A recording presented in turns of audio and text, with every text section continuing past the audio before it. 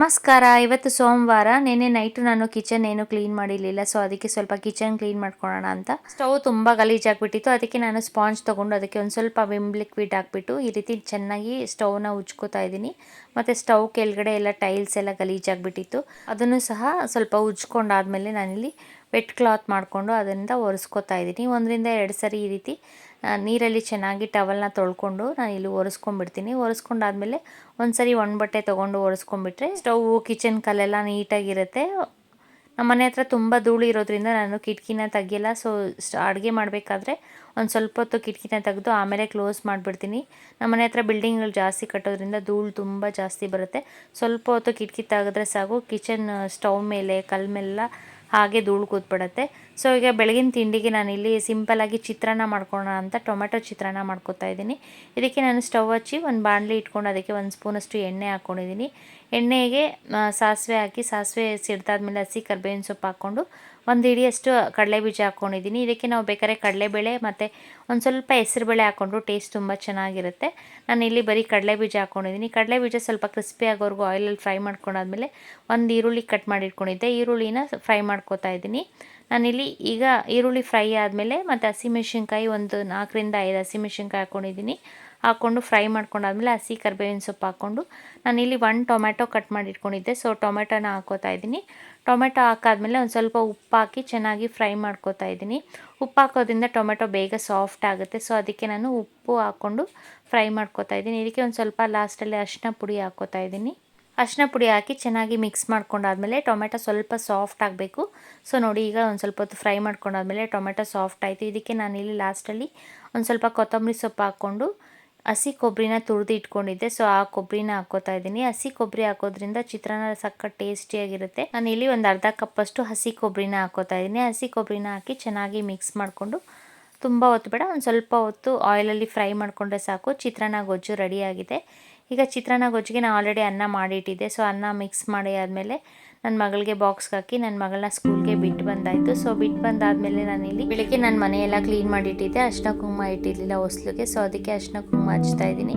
ಅರಿಶಿನ ಕುಂಕುಮ ಹಚ್ಚಿ ಚಿಕ್ಕದಾಗಿ ರಂಗೋಲಿ ಹಾಕ್ಕೋತಾ ಇದ್ದೀನಿ. ನಾನು ಸೈಡಿಗೆ ಮಾತ್ರ ರಂಗೋಲಿ ಹಾಕ್ಕೋತೀನಿ.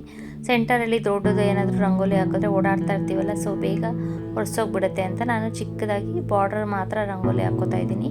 ಇವತ್ತು ಹಾಗೆಯೇ ಅಮಾವಾಸ್ಯೆ ಇರೋದ್ರಿಂದ ನಾವು ದೇವಸ್ಥಾನಕ್ಕೆ ಹೋಗೋಣ, ಮತ್ತು ನನಗೆ ಸ್ಯಾರಿ ಕುಚ್ಚು ಕ್ಲಾಸ್ ಇದೆ. ಸೊ ಅದಕ್ಕೆ ರೆಡಿ ಆಗೋಣ ಅಂತ ರೆಡಿ ಆಗ್ತಾ ಇದ್ದೀನಿ. ಬೇಗ ಕೆಲಸ ಎಲ್ಲ ಬೇಗ ಮುಗಿಸಿದ್ರೆ ಸ್ಯಾರಿ ಕುಚ್ಚು ಕ್ಲಾಸ್ಗೆ ಹೋಗಿ ಅಲ್ಲಿಂದ ಹಾಗೆ ಹೊಸಕೋಟೆಗೆ ಹೋಗಿ ದೇವಸ್ಥಾನಕ್ಕೆ ಹೋಗೋಣ ಅಂತ ಅಂದ್ಕೊಂಡ್ವಿ. ಸೊ ಅಷ್ಟರಲ್ಲಿ ನಾನಿಲ್ಲಿ ರಂಗೋಲಿ ಹಾಕಿ ಟಿಫನ್ ಮಾಡೋಷ್ಟರಲ್ಲಿ ನಮಗೆ ಮೆಸೇಜ್ ಬಂತು ಇವತ್ತು ಕ್ಲಾಸ್ ಇಲ್ಲ ಅಂತ. ಸೊ ಅದಕ್ಕೆ ನಾನು ಅಮಾವಾಸ್ಯೆ ಆಗಿರೋದ್ರಿಂದ ಫಸ್ಟು ದೇವಸ್ಥಾನಕ್ಕೆ ಹೋಗಿ ಬಂದುಬಿಡೋಣ ಅಂತ ಬೇಗ ದೇವಸ್ಥಾನಕ್ಕೆ ಹೋಗೋಕ್ಕೆ ರೆಡಿ ಆಗ್ತಾಯಿದ್ದೀನಿ.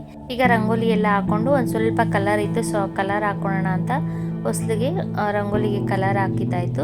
ಸೊ ಕಲರ್ ಹಾಕಿದ್ದಾದಮೇಲೆ ನಮ್ಮ ಹಸ್ಬೆಂಡ್ ಪೂಜೆಗೆ ಅಂತ ಹೂವು ತಂದಿರು, ಶಾಮಂತಿಗೆ ಹೂವು. ಸೊ ಆ ಹೂವನ್ನ ಕಟ್ಟಿ ಸ್ವಲ್ಪ ಕಲಶಕ್ಕೆ ಮತ್ತು ಬಾಗಿಲಿಗೆ ಹಾಕೋಣ ಅಂತ ನಾನು ಒಂದು ಸ್ವಲ್ಪ ಹೂವನ್ನ ಕಟ್ಕೋತಾ ಇದ್ದೀನಿ. ನಮ್ಮ ಮನೆಯಲ್ಲಿ ನಾವು ಯಾವಾಗಲೂ ಬಿಡಿ ಹೂವು ತಂದು ಈ ರೀತಿ ಕಟ್ಬಿಟ್ಟು ನಾನೇ ಆ ಹೂವು ದೇವ್ರಿಗೆ ಹಾಕ್ತೀನಿ.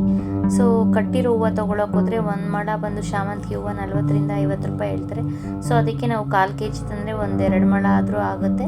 ಶಾಮಂತಿಗೆ ಹೂವು ಆಗಿರೋದ್ರಿಂದ ಬೇಗ ಕಟ್ಬಿಡ್ಬೋದು. 1 kg ತೊಗೊಂಡ್ರು ಬೇಗ ಕಟ್ಬಿಡ್ಬೋದು. ನೋಡಿ, ಈಗ ನಾನು ಸ್ವಲ್ಪ ಹೂವು ಕಟ್ಕೊಂಡಿದ್ದಾಗಿದೆ. ಹೂವು ಕಟ್ಕೊಂಡಿರೋ ಹೂವನ್ನ ಈ ರೀತಿ ಬಾಗಿಲಿಗೆ ಹಾಕ್ಕೋತಾ ಇದ್ದೀನಿ. ಬಾಗಿಲಿಗೆ ಮತ್ತು ಸ್ವಲ್ಪ ಕಲಶಕ್ಕೆ ಹಾಕ್ಕೊಳ್ಳೋಣ ಅಂತ ಹಾಕ್ಕೋತಾ ಇದ್ದೀನಿ. ನಾನು ಆಲ್ರೆಡಿ ಪೂಜೆಗೆ ನೆನ್ನೆನೇ ದೇವ್ರ ಮನೆ ಎಲ್ಲ ಕ್ಲೀನ್ ಮಾಡಿ ಇಟ್ಬಿಟ್ಟಿದ್ದೆ. ಈಗ ಸ್ವಲ್ಪ ಹೂವನ್ನ ನಾನು ಬಾಗಿಲಿಗೆ ಮತ್ತು ಒಂದು ಸ್ವಲ್ಪ ಹೂವನ್ನ ಕಲಶಕ್ಕೆ ಇಟ್ಬಿಟ್ಟು ಪೂಜೆ ಮಾಡ್ಕೋತಾ ಇದ್ದೀನಿ. ನಿನ್ನೆನೇ ದೇವ್ರ ಪೂಜೆಗೆ ಅಂತ ನಾನು ಬಾಳೆಹಣ್ಣು, ಎಲೆ ಅಡಿಕೆ ಎಲ್ಲ ತಂದಿಟ್ಟಿದ್ದೆ. ಸೊ ಈಗ ದೇವ್ರ ದೀಪಕ್ಕೆ ಎಣ್ಣೆ ಹಾಕಿ ದೀಪ ಹಚ್ಚಿ ಪೂಜೆ ಮುಗಿಸ್ಕೊಂಡು ಬೇಗ ರೆಡಿಯಾಗಿ ನಾನಿಲ್ಲಿ ದೇವಸ್ಥಾನಕ್ಕೆ ಹೋಗ್ತಾ ಇದ್ದೀವಿ. ಸೊ ನಾನು ದೇವಸ್ಥಾನಕ್ಕೆ ಹೋಗಿ ಬಂದಾದಮೇಲೆ ದೇವಸ್ಥಾನದಲ್ಲಿ ಇವತ್ತು ಅಮಾವಾಸ್ಯೆ ಆಗಿರೋದ್ರಿಂದ ದೇವ್ರ ಹತ್ರ ನಿಂಬೆಹಣ್ಣು ಇಟ್ಟು ಕೊಡ್ತಾರೆ. ಸೊ ಆ ನಿಂಬೆಹಣ್ಣನ್ನು ಒಂದರಲ್ಲಿ ಜ್ಯೂಸ್ ಮಾಡ್ಕೊಂಡು ಕುಡಿದು ಇನ್ನೊಂದು ನಿಂಬೆಹಣ್ಣನ್ನು ಬಾಗಿಲಿಗೆ ಮತ್ತು ಮನೆಗೆ ದೃಷ್ಟಿ ತೆಗೆದಿರ್ತೀನಿ. ಸೊ ಅದರಿಂದ ತುಂಬ ಒಳ್ಳೆಯದಾಗುತ್ತೆ. ಸೊ ಮನೆಯಲ್ಲಿ ಪೂಜೆ ಮುಗಿಸಿ ತಿಂಡಿ ಮುಗಿಸಿ ನಾನು ಬಸ್ಸಲ್ಲಿ ದೇವಸ್ಥಾನಕ್ಕೆ ಬಂದ್ವಿ, ಹೊಸಕೋಟೆನಲ್ಲಿರೋ ಕಾಟೇರಮ್ಮ ದೇವಸ್ಥಾನಕ್ಕೆ. ಸೊ ಇಲ್ಲಿಗೆ ಬರೋಷ್ಟರಲ್ಲಿ 10:30-11 ಗಂಟೆ ಆಗಿತ್ತು. ಸೊ ನಾವು 9:30-9:45ಗೆ ಬಸ್ ಹತ್ತಿದ್ವಿ. ಬರೋಷ್ಟರಲ್ಲಿ 1 ಅವರ್ ಆಯಿತು. ಸೊ ನೋಡಿ, ದೇವ್ರ ದರ್ಶನ ಚೆನ್ನಾಗಾಯಿತು. ಇವತ್ತು ಸೋಮವಾರ ಆಗಿರೋದ್ರಿಂದ ತುಂಬ ರಶ್ ಏನೂ ಇರಲಿಲ್ಲ ದೇವಸ್ಥಾನದಲ್ಲಿ. ಶುಕ್ರವಾರ ಏನಾದರೂ ಅಮಾವಾಸ್ಯೆ ಬಿದ್ದರೆ ತುಂಬ ರಶ್ ಇರುತ್ತೆ. ಸೊ ಅವತ್ತಿಗಿಂತ ಇವತ್ತು ತುಂಬ ಕಮ್ಮಿ ಇತ್ತು ರಶ್ಶು. ದೇವ್ರ ದರ್ಶನ ಚೆನ್ನಾಗಾಯಿತು. ದೇವಸ್ಥಾನ ಬಂದು ಉಪ್ಪಾರಳ್ಳಿ ಹತ್ರ ಕಾಟೇರಮ್ಮ ದೇವಸ್ಥಾನ. ಇಲ್ಲೂ ಸಹ ದೇವ್ರಿಗೆ ಕಾಯಿ ಕಟ್ತಾರೆ. ಸೊ ನಾವು ಅಂದ್ಕೊಂಡಿರೋದು ಏನಾದರೂ ನೆರವೇರಲಿ ಅಂತ ನಾವು ದೇವ್ರಿಗೆ ಪೂಜೆ ಮಾಡಿಸಿ ಅಲ್ಲಿ ಕಾಯಿ ಕಟ್ಬಿಟ್ಟು ಬರ್ತೀವಿ. ಸೊ ತುಂಬ ಒಳ್ಳೆಯದಾಗುತ್ತೆ. ತುಂಬ ಜನ ಅಲ್ಲಿಗೂ ಹೋಗ್ತಾರೆ. ಮತ್ತು ಕೆಲವರು ಕಂಬಳಿಪುರ ಹತ್ರ ಇರೋ ಕಾಟೇರಮ್ಮ ದೇವಸ್ಥಾನಕ್ಕೆ ಹೋಗ್ತಾರೆ. ಅಲ್ಲೂ ತುಂಬ ರಶ್ ಇರುತ್ತೆ. ನಾವು ದೇವ್ರ ದರ್ಶನ ಎಲ್ಲ ಮುಗಿಸ್ಕೊಂಡು ಹೂವು ತೊಗೊಂಡೋಗೋಣ. ಹಾಗೆ ಹಬ್ಬ ಅಲ್ವಾ, ಗಣೇಶ ಹಬ್ಬಕ್ಕೆ. ಸೊ ಒಂದು ವಾರ ಮುಂಚೆನೇ ಹೂವು ತೊಗೊಂಡೋಗಿ ಇಟ್ಕೊಂಬಿಡೋಣ ಫ್ರಿಜ್ಜಲ್ಲಿ ಅಂತ, ಶಾಮಂತಿಗೆ ಹೂವು ಇರುತ್ತೆ ಅಂತ ಹೂವು ತೊಗೊಂಡು ಹೋಗ್ತಾ ಇದ್ದೀವಿ. ಹೊಸಕೋಟೆಯಲ್ಲಿ ಹೂವಿನ ಮಾರ್ಕೆಟ್ ಇರೋದ್ರಿಂದ ಹಳ್ಳಿಗಳವರೆಲ್ಲ ಹೂವನ್ನ ತಂದು ಅಲ್ಲಿ ಹೊಸಕೋಟೆಯಲ್ಲಿ ಮಾರ್ಕೆಟಲ್ಲಿ ಮಾರ್ತಾರಲ್ಲ, ಸೊ ಅಲ್ಲಿ ಕಮ್ಮಿ ಸಿಗುತ್ತೆ ಹೂವು. ಬೇರೆ ಕಡೆಗಿಂತ ಹೊಸಕೋಟೆಯಲ್ಲಿ ಸ್ವಲ್ಪ ಹೂವಿನ ರೇಟ್ ಕಮ್ಮಿ ಇರುತ್ತೆ, ಮಾರ್ಕೆಟ್ ಥರ ಕಮ್ಮಿ ಇರುತ್ತೆ. ಸೊ ಅದಕ್ಕೆ ನಾವು ಇಲ್ಲಿ ದೇವಸ್ಥಾನಕ್ಕೆ ಬಂದಾಗ ಯಾವಾಗಲೂ ಹೂವು ತೊಗೊಂಡು ಹೊಟ್ಟೋಗ್ತೀವಿ. ಸೊ ಈಗ ನೋಡಿ ನಾವು ಹೂವು ಎಲ್ಲ ತೊಗೊಂಡು ದೇವ್ರ ದರ್ಶನ ಮುಗಿಸ್ಕೊಂಡು ಮನೆಗೆ ಹೋಗ್ತಾ ಇದ್ದೀವಿ. ಸೊ ಗಣೇಶ ಹಬ್ಬಕ್ಕೆ ಎಲ್ಲ ಥರದ ಗಣೇಶಗಳು ಬಂದಿದ್ದಾವೆ ನೋಡಿ. ಕಲರ್ಫುಲ್ ಚಿಕ್ಕ ಚಿಕ್ಕ ಗಣೇಶ ಮತ್ತು ಈಕೋ ಫ್ರೆಂಡ್ಲಿ ಗಣೇಶ ಎಲ್ಲ ತುಂಬ ಎಲ್ಲ ಸೈಜಲ್ಲೂ ಗಣೇಶಗಳು ಬಂದಿದ್ದಾವೆ. ಸೊ ನಾವು ಹೋಗೋ ದಾರಿನಲ್ಲಿ ಗಣೇಶಗಳನ್ನ ಇಟ್ಟಿದ್ದರು. ಸೊ ಆ ಗಣೇಶಗಳನ್ನೆಲ್ಲ ನೋಡಿಕೊಂಡು ಮನೆಗೆ ಹೋಗ್ತಾ ಇದ್ದೀವಿ. ಸೊ ಮನೆಗೆ ಬಂದು ನಾನಿಲ್ಲಿ ಸ್ವಲ್ಪ ಹೊತ್ತು ರೆಸ್ಟ್ ಮಾಡಿ ಮಧ್ಯಾಹ್ನ ಒಂದು 2:30-3 ಗಂಟೆ ಆಗಿತ್ತು. ಸೊ ಆಗ ನಾನು ಸ್ವಲ್ಪ ಅಡುಗೆ ಮಾಡೋಣ ಅಂತ ಅಡುಗೆ ಮಾಡ್ಕೋತಾ ಇದ್ದೀನಿ. ನಾನಿಲ್ಲಿ ರಸಮ್ ಮಾಡೋಣ ಅಂತ 1 ಕಪ್ಪಷ್ಟು ತೊಗರಿಬೇಳೆನ ಕುಕ್ಕರ್ಗೆ ಹಾಕಿ ಬೇಯಕ್ಕೆ ಇಡ್ತಾ ಇದ್ದೀನಿ. ತೊಗರಿಬೇಳೆ ರಸಮ್ ಮಾಡೋಣ ಅಂತ. ಸೊ ತೊಗರಿಬೇಳೆ ಬೇಯೋಷ್ಟರಲ್ಲಿ ನಾನು ನೆನ್ನೆ ಕಡಲೆಬೇಳೆನ ಸ್ವಲ್ಪ ನೆನೆಸಿಟ್ಟಿದ್ದೆ ಖಾರ ಕಡುಬು ಮಾಡೋಣ ಅಂತ. ಸೊ ಇವತ್ತು ಖಾರ ಕಡುಬು ಮಾಡೋಣ ಅಂತ ನಾವು ನೆನೆಸಿಟ್ಕೊಂಡಿರೋ ಕಡಲೆಬೇಳೆನ ನೋಡಿ ಈ ರೀತಿ ಒಂದ್ಸರಿ ತೊಳ್ಕೊಂಡು ನಾನಿಲ್ಲಿ ಮಿಕ್ಸಿ ಜಾರ್ಗೆ ಹಾಕ್ಕೋತಾ ಇದ್ದೀನಿ. ನಾವು ಒಂದು 4-5 ಅವರ್ ಆದರೂ ನೆನೆಸ್ಕೋಬೋದು ಕಡಲೆಬೇಳೆನ, ಇಲ್ಲಾಂದರೆ ನೈಟ್ ಫುಲ್ಲು ಆದರೂ ನೆನೆಸ್ಕೋಬೋದು. ಕಡಲೆಬೇಳೆ ಆಗ ಚೆನ್ನಾಗಿ ನೆನೆಯುತ್ತೆ. ಸೊ ಈಗ ನಾವು ನೆನೆಸಿಟ್ಕೊಂಡಿರೋ ಕಡಲೆಬೇಳೆನ ಮಿಕ್ಸಿ ಜಾರ್ಗೆ ಹಾಕ್ಕೊಂಡು ನಾನು ಇದಕ್ಕೆ ಒಂದು ಈರುಳ್ಳಿ, ದಪ್ಪದ ಈರುಳ್ಳಿನ ಸಣ್ಣ ಸಣ್ಣದಾಗಿ ಕಟ್ ಮಾಡಿ ಇಟ್ಕೊಂಡಿದ್ದೀನಿ. ಮತ್ತು ಒಂದು ಸ್ವಲ್ಪ ಕೊತ್ತಂಬರಿ ಸೊಪ್ಪು ಕಟ್ ಮಾಡಿ ಇಟ್ಕೊಂಡಿದ್ದೀನಿ. ಮತ್ತು ಒಂದು ಹಿಡಿಯಷ್ಟು ಬೆಳ್ಳುಳ್ಳಿನ ನಾನು ಕಡಲೆಬೇಳೆ ಜೊತೆಗೆ ರುಬ್ಬಕ್ಕೆ ಹಾಕ್ಕೋತಾ ಇದ್ದೀನಿ. ನೋಡಿ ನಾನು ಒಂದು 2 ಇಂಚಷ್ಟು ಶುಂಠಿ ತೊಗೊಂಡಿದ್ದೆ, ಅದರಲ್ಲೊಂದು ಅರ್ಧ ಶುಂಠಿ ಹಾಕ್ಕೋತಾ ಇದ್ದೀನಿ. ನಾವು ಕ್ವಾಂಟಿಟಿ ನೋಡಿಕೊಂಡು ಶುಂಠಿ ಬೆಳ್ಳುಳ್ಳಿನ ಜಾಸ್ತಿ ಕಮ್ಮಿ ಮಾಡ್ಕೋಬೋದು. ಮತ್ತು ಇದಕ್ಕೆ ನಾನಿಲ್ಲಿ ಒಂದು 7-8 ಹಸಿಮೆಣಸಿನ್ಕಾಯಿ ಹಾಕ್ಕೋತಾ ಇದ್ದೀನಿ. ಇದ್ರ ಜೊತೆಗೆ ನಾವು ಬೇಕಾದರೆ ಚಕ್ಕೆ ಲವಂಗ ಕೂಡ ಹಾಕ್ಕೊಂಡು ರುಬ್ಕೋಬೋದು. ಈಗ ಇದನ್ನು ನುಣ್ಣಕ್ಕೆ ರುಬ್ಕೊಂಡಿದ್ದೀನಿ. ತುಂಬ ಪೇಸ್ಟ್ ಥರ ಬೇಡ, ಸ್ವಲ್ಪ ತರಿಯಾಗಿ ಇರಬೇಕು. ಸೊ ಅಷ್ಟು ತರಿಯಾಗಿ ರುಬ್ಕೊಂಡಾಗಿದೆ. ಈಗ ನಾನು ರುಬ್ಕೊಂಡಿರೋದನ್ನು ಒಂದು ಬಟ್ಲಿಗೆ ಹಾಕ್ಕೊಂಡು ನಾವು ಇದ್ರ ಜೊತೆಗೆ ನಾವು ಕಟ್ ಮಾಡಿ ಇಟ್ಕೊಂಡಿರೋ ಈರುಳ್ಳಿ ಮತ್ತು ಕೊತ್ತಂಬರಿ ಸೊಪ್ಪನ್ನು ಹಾಕ್ಕೋತಾ ಇದ್ದೀನಿ. ಇಲ್ಲಿ 1 ಚಿಪ್ಪಷ್ಟು ಹಸಿ ಕೊಬ್ಬರಿನ ಹಾಕ್ಕೊಂಡಿದ್ದೀನಿ. ಕೊಬ್ಬರಿ ಜಾಸ್ತಿ ಹಾಕಿದಷ್ಟು ಟೇಸ್ಟು ತುಂಬ ಚೆನ್ನಾಗಿರುತ್ತೆ ಇದಕ್ಕೆ. ನಾನಿಲ್ಲಿ ಒಂದು ದಪ್ಪ ಈರುಳ್ಳಿನ ಸಣ್ಣ ಸಣ್ಣದಾಗಿ ಕಟ್ ಮಾಡಿ ಹಾಕ್ಕೊಂಡಿದ್ದೀನಿ. ಈರುಳ್ಳಿ ಮತ್ತು ಹಸಿ ಕೊಬ್ಬರಿನ ಹಾಕ್ಕೊಂಡು ಕೊತ್ತಂಬರಿ ಸೊಪ್ಪನ್ನು ಹಾಕಿ ಚೆನ್ನಾಗಿ ಮಿಕ್ಸ್ ಮಾಡ್ಕೊತಾ ಇದ್ದೀನಿ. ಮತ್ತು ಇದಕ್ಕೆ ರುಚಿಗೆ ತಕ್ಕಷ್ಟು ಉಪ್ಪು ಹಾಕಿ ಮಿಕ್ಸ್ ಮಾಡ್ಕೊತಾ ಇದ್ದೀನಿ. ಈಗ ನಾವು ಖಾರ ಕಡುಬು ಮಾಡೋಕ್ಕೆ ಹೂರಣ ರೆಡಿಯಾಗಿದೆ. ಸೊ ನಾವು ಕೊಬ್ಬರಿ ಜಾಸ್ತಿ ಹಾಕಿದಷ್ಟು ಟೇಸ್ಟು ತುಂಬ ಚೆನ್ನಾಗಿರುತ್ತೆ ಇದಕ್ಕೆ. ಸೊ ಈಗ ಇದನ್ನು ಮಿಕ್ಸ್ ಮಾಡಿಕೊಂಡು ನಾನು ಹೂರಣನ ರೆಡಿ ಮಾಡಿ ಇಟ್ಕೊಂಡಿದ್ದೀನಿ. ಈಗ ಮುದ್ದೆ ಮಾಡ್ಕೊಳ್ಳೋದಕ್ಕೆ ನಾನಿಲ್ಲಿ ನೀರು ಇಟ್ಕೊಂಡಿದ್ದೀನಿ. ನಾನಿಲ್ಲಿ 1-2 ಚಮಚಷ್ಟು ನೀರು ಇಟ್ಕೊಂಡಿದ್ದೀನಿ. ಇದಕ್ಕೆ ನಾನು ಒಂದು ಸ್ವಲ್ಪ ರುಚಿಗೆ ತಕ್ಕಷ್ಟು ಉಪ್ಪು ಮತ್ತು ತುಪ್ಪ ಹಾಕ್ಕೋತಾ ಇದ್ದೀನಿ. ತುಪ್ಪ ಜಾಸ್ತಿ ಹಾಕಿದಷ್ಟು ಹಿಟ್ಟು ಸಾಫ್ಟಾಗಿ ಬರುತ್ತೆ ಮತ್ತು ಟೇಸ್ಟು ತುಂಬ ಚೆನ್ನಾಗಿರುತ್ತೆ. ನೀರು ಆಲ್ರೆಡಿ ಚೆನ್ನಾಗಿ ಕುದೀತಾ ಇರೋದ್ರಿಂದ ಸ್ವಲ್ಪ ಹಿಟ್ಟು ಹಾಕ್ತಾಯಿದ್ದೀನಿ, ಅಕ್ಕಿ ಹಿಟ್ಟನ್ನು.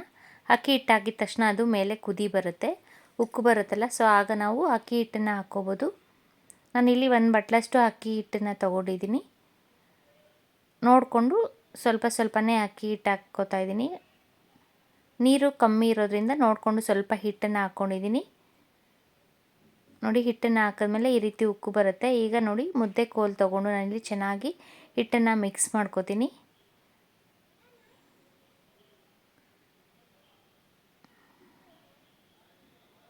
ಹಿಟ್ಟನ್ನು ಮಿಕ್ಸ್ ಮಾಡ್ಕೋಬೇಕಾದ್ರೆ ನೋಡಿಕೊಂಡು ನಮಗೆ ಹಿಟ್ಟು ಇನ್ನೂ ಸ್ವಲ್ಪ ಬೇಕು ಅನಿಸಿದ್ರೆ ನಾವು ಇನ್ನೂ ಸ್ವಲ್ಪ ಅಕ್ಕಿ ಹಿಟ್ಟನ್ನು ಹಾಕ್ಕೋಬೋದು.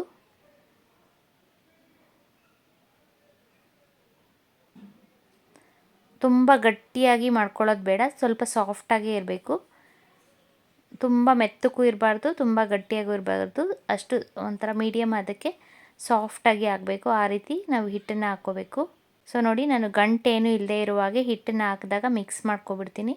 ಸೊ ಈಗ ಹಿಟ್ಟನ್ನು ಹಾಕಿ ಆದಮೇಲೆ ಚೆನ್ನಾಗಿ ಮಿಕ್ಸ್ ಮಾಡಿ 1-2 ನಿಮಿಷ ಇದನ್ನು ಬೇಯಿಸ್ಕೋಬೇಕು. ಮುದ್ದೆ ಬೆಂದಾದಮೇಲೆ ನಾವು ಒಂದ್ಸರಿ ಚೆನ್ನಾಗಿ ಮಿಕ್ಸ್ ಮಾಡ್ಕೋಬೇಕು. ಇನ್ನೊಂದು ಸರಿ ಚೆನ್ನಾಗಿ ಗಂಟೇನು ಇಲ್ಲದೆ ಇರೋ ಹಾಗೆ ಸಾಫ್ಟ್ ಆಗೋ ಹಾಗೆ ಮುದ್ದೆ ಕೋಲಲ್ಲಿ ಚೆನ್ನಾಗಿ ನಲ್ಲಿ ಮಿಕ್ಸ್ ಮಾಡ್ಕೊಂಡು ಆದಮೇಲೆ ನಾವಿಲ್ಲಿ ಪಾತ್ರೆಗೆ ಹಾಕ್ಕೋತಾ ಇದ್ದೀನಿ ಮುದ್ದೆನ. ನಾವಿಲ್ಲಿ ಮಾಡಿಟ್ಕೊಂಡಿರೋ ಅಕ್ಕಿ ಮುದ್ದೆನ ಒಂದು ಪ್ಲೇಟ್ಗೆ ಹಾಕ್ಕೋತಾ ಇದ್ದೀನಿ. ಪ್ಲೇಟು ಅಥವಾ ನಾವು ಕಿಚನ್ ಕಲ್ಲಿರುತ್ತಲ್ಲ, ಸೊ ಅದನ್ನೇ ಕ್ಲೀನ್ ಮಾಡಿಕೊಂಡು ಅದ್ರ ಮೇಲೇನೂ ಸಹ ಮಾಡ್ಕೋಬೋದು.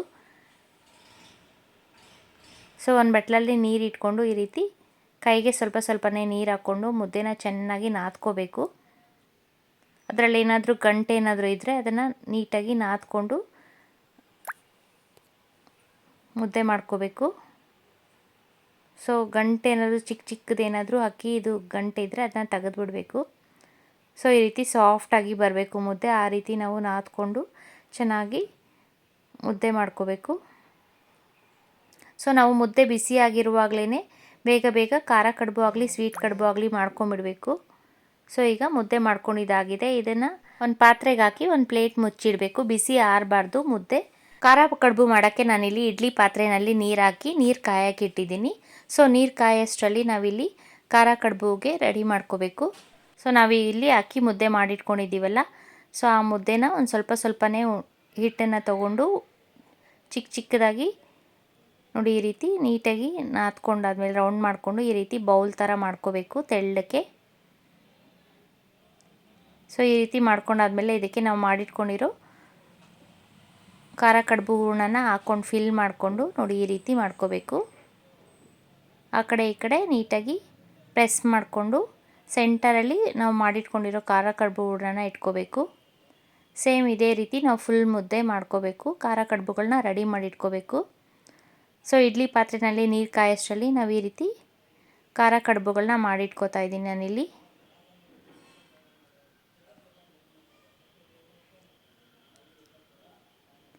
ಸೊ ಇದೇ ರೀತಿ ನಾವು ಉಳಿದಿರೋ ಹಿಟ್ಟಲ್ಲಿ ಖಾರ ಕಡುಬನ್ನ ರೆಡಿ ಮಾಡ್ಕೋಬೇಕು. ಸೊ ನಾವು ಮಾಡಿಟ್ಕೊಂಡಿರೋ ಮುದ್ದೆ ಬಿಸಿ ಆರಬಾರ್ದು, ಬಿಸಿ ಆರಿದಷ್ಟು ಅದು ಒಡೆಯೋಕ್ಕೆ ಸ್ಟಾರ್ಟ್ ಆಗುತ್ತೆ. ಸೊ ಅದಕ್ಕೆ ನಾವು ಬಿಸಿ ಬಿಸಿ ಆಗಿದ್ದಾಗಲೇ ಈ ರೀತಿ ಬೇಗ ಬೇಗ ಮಾಡ್ಕೋಬೇಕು. ಸೊ ಪ್ಲೇಟ್ ಮುಚ್ಚಿಡಬೇಕು ಮುದ್ದೆ ಮೇಲೆ, ಮುದ್ದೆ ಆರದೇ ಇರೋ ಹಾಗೆ. ನಾವು ಕಡಲೆಬೇಳೆ ಹೂರಣನ ಈ ರೀತಿ ಫಿಲ್ ಮಾಡ್ಕೊಳ್ಳುವಾಗ ಎಡ್ಜಸ್ನ ನೀಟಾಗಿ ಆ ಕಡೆ ಈ ಕಡೆ ಪ್ರೆಸ್ ಮಾಡ್ಕೋಬೇಕು, ಓಪನ್ ಆಗದೆ ಇರೋ ಹಾಗೆ. ಸೊ ನೋಡಿ ಈ ರೀತಿ ಮಾಡಿಕೊಂಡು ಸೆಂಟ್ರಲ್ಲಿ ಫಿಲ್ ಮಾಡಿ ಆ ಕಡೆ ಈ ಕಡೆ ಈ ರೀತಿ ಪ್ರೆಸ್ ಮಾಡ್ಕೋಬೇಕು ನೀಟಾಗಿ. ಸೊ ಇದೇ ರೀತಿ ನಾವು ಖಾರ ಕಡುಬುಗಳನ್ನ ರೆಡಿ ಮಾಡಿ ಇಟ್ಕೊಂಡಿದ್ದೀನಿ. ಸೊ ನಾನಿಲ್ಲಿ ಒಂದು ಇಡ್ಲಿ ಪ್ಲೇಟಲ್ಲಿ ಬೇಯಷ್ಟು ಕಡುಬುಗಳನ್ನ ರೆಡಿ ಮಾಡಿ ಇಟ್ಕೊಂಡಿದ್ದೀನಿ. ಸೊ ಈಗ ನೋಡಿ ಕಡುಬುಗಳನ್ನ ರೆಡಿ ಮಾಡಿ ಇಟ್ಕೊಂಡಿರೋದನ್ನ ಇಡ್ಲಿ ಪ್ಲೇಟನ್ನು ತೊಗೊಂಡು ಅದನ್ನು ಸ್ವಲ್ಪ ತೇವ ಮಾಡಿಕೊಂಡು ಈ ರೀತಿ ಜೋಡಿಸ್ಕೋಬೇಕು. ನಾವು ಈ ರೀತಿ ಒಂದೊಂದನ್ನಾದರೂ ಇಟ್ಕೋಬೋದು, ಇಲ್ಲಾಂದರೆ ಎರಡೆರಡು ಕಡುಬುನಾದರೂ ಈ ರೀತಿ ಜೋಡಿಸ್ಕೋಬೋದು. ಇಲ್ಲಾಂದರೆ ಇಡ್ಲಿ ಪ್ಲೇಟ್ ಮೇಲೆ ಒಂದು ವೈಟ್ ಕಲರ್ ತೇವದ ಕ್ಲಾತ್ ಹಾಕ್ಬಿಟ್ಟು ಸಹ ಬೇಯಿಸ್ಕೋಬೋದು. ಈಗ ನೋಡಿ ನೀರು ಚೆನ್ನಾಗಿ ಕುದೀತಾ ಇದೆ. ಇದರಲ್ಲಿ ಇಡ್ಲಿ ಪ್ಲೇಟನ್ನು ಇಟ್ಟು ಹಾವಿನಲ್ಲಿ ಬೇಯಿಸ್ಕೋಬೇಕು ಕಡುಬುನ. ಖಾರ ಕಡುಬು ಹಾವಿನಲ್ಲಿ ಬೇಯೋಕ್ಕೆ ಒಂದು 5ರಿಂದ 10 ನಿಮಿಷ ಟೈಮ್ ತೊಗೊಳುತ್ತೆ. ಸೊ ನಾನು ಅದು ಬೇಯೋಷ್ಟರಲ್ಲಿ ಒಂದು ಸ್ವಲ್ಪ ನೆನ್ನೆದು ಸ್ವೀಟ್ ಕಡುಬುದು ಹೂರಣ ಇತ್ತು. ಸೊ ಅದರಿಂದ ನಾನು ಸ್ವಲ್ಪ ಒಂದು 4-5 ಸ್ವೀಟ್ ಕಡುಬು ಮಾಡ್ಕೋತಾ ಇದ್ದೀನಿ ಖಾರ ಕಡುಬು ಜೊತೆಗೆ. ಸೊ ಈ ರೀತಿ ನಾವು ಸಾಂಪ್ರದಾಯಿಕ ಶೈಲಿಯಲ್ಲಿ ಈಸಿಯಾಗಿ ಸುಲಭವಾಗಿ ಖಾರ ಕಡುಬು ಮತ್ತು ಸ್ವೀಟ್ ಕಡುಬುನ ಮಾಡ್ಕೋಬೋದು. ಸೊ ನಾನು ಸ್ವೀಟ್ ಕಡುಬುನ ಮಾಡ್ಕೊಂಡಿದ್ದಾಗಿದೆ. ಸೊ ಈಗ ನಾವು ಖಾರ ಕಡುಬುನ ಬೇಯಕ್ಕೆ ಇಟ್ಟಿದ್ವಿಲ್ಲ, ಸೊ ಅದು ಖಾರ ಕಡುಬು ಚೆನ್ನಾಗಿ ಬೆಂದಿದೆ. ಒಂದು 10ರಿಂದ 15 ನಿಮಿಷ ಚೆನ್ನಾಗಿ ಬೆಂದಿದೆ. ಸೊ ಬೆಂದಿರೋ ಖಾರ ಕಡುಬುನ ನಾನು ಇಲ್ಲಿ ಇಡ್ಲಿ ಸ್ಟ್ಯಾಂಡಿಂದ ಇಡ್ಲಿ ಪ್ಲೇಟನ್ನು ಹೊರಗಡೆ ತೆಗೆದಿಟ್ಟಿದ್ದೀನಿ. ತುಂಬ ಬಿಸಿ ಇರುತ್ತೆ, ನೋಡಿಕೊಂಡು ನಾವು ಈ ರೀತಿ ಸ್ಪೂನಲ್ಲಿ ನಿಧಾನಕ್ಕೆ ತಕ್ಕೋಬೇಕು. ನೋಡಿ ಚೆನ್ನಾಗಿ ಬೆಂದಿದೆ ಒಳಗಡೆ ಎಲ್ಲ. ಈಗ ಖಾರ ಕಡುಬು ರೆಡಿ ಆಗಿದೆ. ಇದನ್ನು ನಾವು ಕೊಬ್ಬರಿ ಚಟ್ನಿ ಜೊತೆಗೆ ಅಥವಾ ಬಿಸಿ ಬಿಸಿ ಕಡುಬುನ ತುಪ್ಪದ ಜೊತೆ ತಿಂತಾಯಿದ್ರೆ ಸಖತ್ ಟೇಸ್ಟಿಯಾಗಿರುತ್ತೆ. ನಾನಿಲ್ಲಿ ಸ್ವೀಟ್ ಕಡುಬುಗೂ ಅಷ್ಟೇ ತುಪ್ಪದ ಜೊತೆ ತಿಂತಾರೆ ತುಂಬ ಚೆನ್ನಾಗಿರುತ್ತೆ. ಸೊ ಈಗ ಖಾರ ಕಡುಬು ರೆಡಿ ಆದಮೇಲೆ ನಾನಿಲ್ಲಿ ತೊಗರಿಬೇಳೆ ಬೇಯಕ್ಕೆ ಇಟ್ಟಿದ್ದೆ ರಸಮ್ಗೆ ಅಂತ. ಸೊ ತೊಗರಿಬೇಳೆ ಬೇಯಿಸಿಟ್ಟಿದ್ದೀನಿ. ಇದ್ರ ಜೊತೆಗೆ ನಾನು ರಸಮ್ಗೆ ಇಲ್ಲಿ ಮಿಕ್ಸಿ ಜಾರ್ಗೆ ಖಾರ ರೆಡಿ ಮಾಡ್ಕೋತಾ ಇದ್ದೀನಿ. ಇದಕ್ಕೆ ನಾನಿಲ್ಲಿ ಒಂದು ಅರ್ಧ ಚಿಪ್ಪಷ್ಟು ಹಸಿ ಕೊಬ್ಬರಿನ ಸಣ್ಣ ಸಣ್ಣದಾಗಿ ಕಟ್ ಮಾಡಿ ಮಿಕ್ಸಿ ಜಾರ್ಗೆ ಹಾಕ್ಕೋತಾ ಇದ್ದೀನಿ. ಕೊಬ್ಬರಿನ ಹಾಕ್ಕೊಂಡಾದ್ಮೇಲೆ ಇದಕ್ಕೆ ನಾನಿಲ್ಲಿ ಒಂದು ಸ್ವಲ್ಪ ಹುಣಸೆಹಣ್ಣು ಹಾಕ್ಕೋತಾ ಇದ್ದೀನಿ. ಹುಣಸೆಹಣ್ಣು ಇದು ತುಂಬ ಹುಳಿ ಇರೋದ್ರಿಂದ ನಾನು ಸ್ವಲ್ಪ ಹುಣಸೆಹಣ್ಣು ಹಾಕ್ಕೊಂಡಿದ್ದೀನಿ. ನಾವು ಇದ್ರ ಜೊತೆಗೆ ಟೊಮೆಟೊ ಹಾಕೋದಾದರೆ ಹುಣಸೆಹಣ್ಣನ್ನು ನೋಡಿಕೊಂಡು ಸ್ವಲ್ಪ ಹಾಕ್ಕೋಬೇಕು. ಸೊ ಹುಣಸೆಹಣ್ಣು ನೆನೀಲಿ ಅಂತ ಒಂದು ಸ್ವಲ್ಪ ನೀರು ಹಾಕಿ ನೆನೆಯೋಕೆ ಇಟ್ಟಿದ್ದೀನಿ. ಈಗ ಸ್ಟವ್ ಹಚ್ಚಿ ಒಂದು ಬಾಣಲಿ ಇಟ್ಕೊಂಡು ಅದಕ್ಕೆ ಒಂದು ಸ್ವಲ್ಪ ಎಣ್ಣೆ ಹಾಕ್ಕೊಂಡಿದ್ದೀನಿ.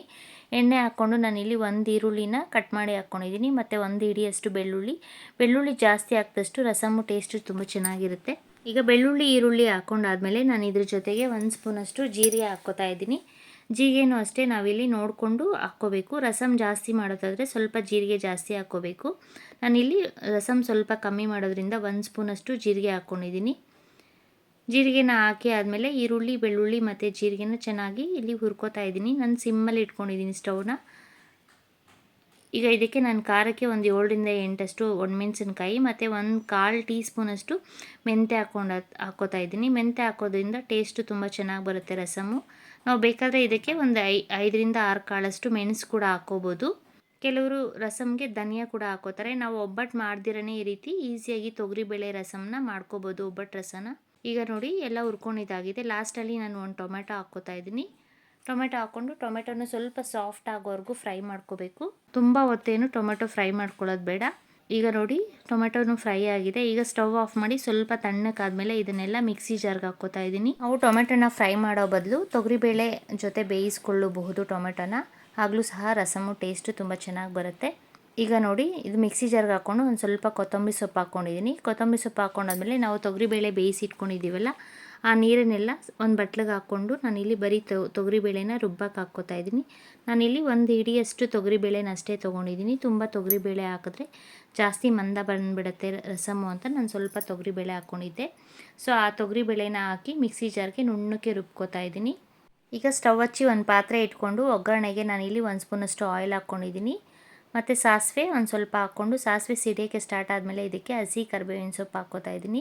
ಹಸಿ ಕರಿಬೇವಿನ ಸೊಪ್ಪು ಹಾಕ್ಕೊಂಡ್ರೆ ರಸಮ್ಗೆ ಟೇಸ್ಟು ತುಂಬ ಚೆನ್ನಾಗಿ ಸ್ಟಾರ್ಟಿಂಗಲ್ಲೇ ಒಗ್ಗರಣೆ ಹಾಕ್ಕೋತಾ ಇದ್ದೀನಿ. ನಾವು ಬೇಕಾದ್ರೆ ರಸಮ್ನ ಕಾಯಿಸ್ಕೊಂಡು ಲಾಸ್ಟಲ್ಲಿ ಸಹ ಒಗ್ಗರಣೆ ಹಾಕ್ಕೋಬೋದು. ಈಗ ನಾನು ಇದಕ್ಕೆ ಹಸಿ ಕರಿಬೇವಿನ ಸೊಪ್ಪು ಮತ್ತು 1-2 ಬ್ಯಾಡಗಿ ಮೆಣಸಿನ್ಕಾಯಿ ಹಾಕ್ಕೋತಾ ಇದ್ದೀನಿ. ಸೊ ಈಗ ನಾವು ಬೇಳೆ ಬೇಯಿಸಿಟ್ಕೊಂಡು ಇದ್ವಲ್ಲ ನೀರು, ಆ ನೀರನ್ನು ಹಾಕ್ಕೋತಾ ಇದ್ದೀನಿ, ಬೇಳೆ ಕಟ್ಟನ್ನು. ಸೊ ಇದನ್ನು ಹಾಕ್ಕೊಂಡಾದ್ಮೇಲೆ ನಾವು ರುಬ್ಬಿಟ್ಕೊಂಡಿರೋ ಖಾರನ ಹಾಕಿ ಮಿಕ್ಸ್ ಮಾಡ್ಕೋಬೇಕು. ಮಿಕ್ಸಿ ಜಾರಲ್ಲಿ ಉಳಿದಿರೋ ಖಾರಕ್ಕೆ ಒಂದು ಸ್ವಲ್ಪ ನೀರು ಹಾಕಿ ಮಿಕ್ಸ್ ಮಾಡಿ ನಾವು ಪಾತ್ರೆಗೆ ಹಾಕ್ಕೋತಾ ಇದ್ದೀನಿ. ಹಾಕ್ಕೊಂಡಾದ್ಮೇಲೆ ರಸಮ್ ತುಂಬ ಗಟ್ಟಿ ಆದರೆ ಇನ್ನೊಂದು ಸ್ವಲ್ಪ ನೀರು ಹಾಕ್ಕೋಬೋದು. ಸೊ ಈಗ ನೋಡಿ ಚೆನ್ನಾಗಿ ಮಿಕ್ಸ್ ಮಾಡ್ಕೊಂಡಾದ್ಮೇಲೆ ನಾನಿಲ್ಲಿ ತುಂಬ ಗಟ್ಟಿಯಾಗಿರೋದ್ರಿಂದ ಒಂದು ಸ್ವಲ್ಪ ನೀರು ಹಾಕ್ಕೋತಾ ಇದ್ದೀನಿ ರಸಮ್ಗೆ. ನಾವು ಬೇಳೆ ಹಾಕಿ ರುಬ್ಬೋದ್ರಿಂದ ಸ್ವಲ್ಪ ಗಟ್ಟಿಯಾಗೇ ಇರುತ್ತೆ. ಸೊ ಅದಕ್ಕೆ ನೋಡಿಕೊಂಡು ನಾವು ರಸಮ್ಗೆ ನೀರು ಹಾಕ್ಕೋಬೇಕು. ಈಗ ರುಚಿಗೆ ತಕ್ಕಷ್ಟು ಉಪ್ಪು ಹಾಕಿ ಇದನ್ನು 1-2 ಕುದಿ ಬರೋವರೆಗೂ ಚೆನ್ನಾಗಿ ಕುದಿಸ್ಕೊಂಡ್ರೆ ಒಬ್ಬಟ್ಟು ರಸ ರೆಡಿ ಆಗುತ್ತೆ. ಸೊ ಇದಕ್ಕೆ ಲಾಸ್ಟಲ್ಲಿ ನಾವು ಬೇಕಾದ್ರೆ ಒಂದು ಸ್ವಲ್ಪ ತುಪ್ಪ ಹಾಕ್ಕೋಬೋದು, ಟೇಸ್ಟ್ ಇನ್ನೂ ಚೆನ್ನಾಗಿರುತ್ತೆ. ನಾನು ಇಲ್ಲಿ ಒಬ್ಬಟ್ಟು ರಸ ಟೇಸ್ಟ್ ಬರಬೇಕು ಅಂದರೆ ನಾವು ಇಲ್ಲಿ ಒಂದು ಸ್ವಲ್ಪ ಬೆಲ್ಲ ಹಾಕ್ಕೋಬೇಕು. ರುಚಿಗೆ ತಕ್ಕಷ್ಟು ಒಂದು ಸ್ವಲ್ಪ ಹಾಕ್ಕೋಬೇಕು, ಜಾಸ್ತಿ ಹಾಕ್ಕೋಬಾರ್ದು. ಬೆಲ್ಲ ಹಾಕಿ ಇದನ್ನು ಚೆನ್ನಾಗಿ ಕುದಿಸ್ಕೋಬೇಕು. ನಾವು ಜೋರು ಉರಿನಲ್ಲಿಟ್ಟರೆ ಉಕ್ಕು ಬಂದುಬಿಡುತ್ತೆ. ಸೊ ಅದಕ್ಕೆ ನೋಡಿಕೊಂಡು ನಾವು ಸಿಮ್ಮಲ್ಲಿ ಅಥವಾ ಮೀಡಿಯಮ್ ಉರಿನಲ್ಲಿ ಇಟ್ಕೊಂಡು ರಸನ 1-2 ಕುದಿ ಬರೋವರೆಗೂ ಕಾಯಿಸ್ಕೊಂಡ್ರೆ ರಸಮ್ಮು ರೆಡಿ ಆಗುತ್ತೆ. ನೋಡಿಕೊಂಡು ರುಚಿಗೆ ಉಪ್ಪು ಬೇಕು ಅನ್ಸಿದ್ರೆ ಲಾಸ್ಟಲ್ಲಿ ಒಂದು ಸ್ವಲ್ಪ ಉಪ್ಪು ಹಾಕ್ಕೋಬೋದು. ಸೊ ನಾವು ಈ ರೀತಿ ಒಬ್ಬಟ್ಟು ಮಾಡ್ದಿರೇ ಒಬ್ಬಟ್ಟು ರಸನ ಮಾಡ್ಕೋಬೋದು ಈಸಿಯಾಗಿ. ಸೊ ಸ್ವೀಟ್ ಕಡುಬು ಮಾಡಿದಾಗ ಈ ರೀತಿ ಒಬ್ಬಟ್ಟು ರಸನ ಮಾಡಿಕೊಂಡು ಅನ್ನದ ಜೊತೆಗೆ ಬಿಸಿ ಬಿಸಿ ಅನ್ನದ ಜೊತೆಗೆ ನಾವು ತುಪ್ಪ ಹಾಕ್ಕೊಂಡು ರಸನ ತಿಂತಾರೆ ಸಖತ್ ಟೇಸ್ಟಿಯಾಗಿರುತ್ತೆ. ಸೊ ನಾನು ಮಾಡೋ ವಿಡಿಯೋಸು ನಿಮ್ಗೆ ಇಷ್ಟ ಆದರೆ ಯೂಸ್ಫುಲ್ ಅನಿಸಿದ್ರೆ ಪ್ಲೀಸ್ ಲೈಕ್ ಮಾಡಿ, ಶೇರ್ ಮಾಡಿ ಮತ್ತು ಸಬ್ಸ್ಕ್ರೈಬ್ ಮಾಡಿ. ಸೊ ಇವತ್ತಿನ ವ್ಲಾಗ್ ಮುಗಿದಿದೆ. Thanks for watching.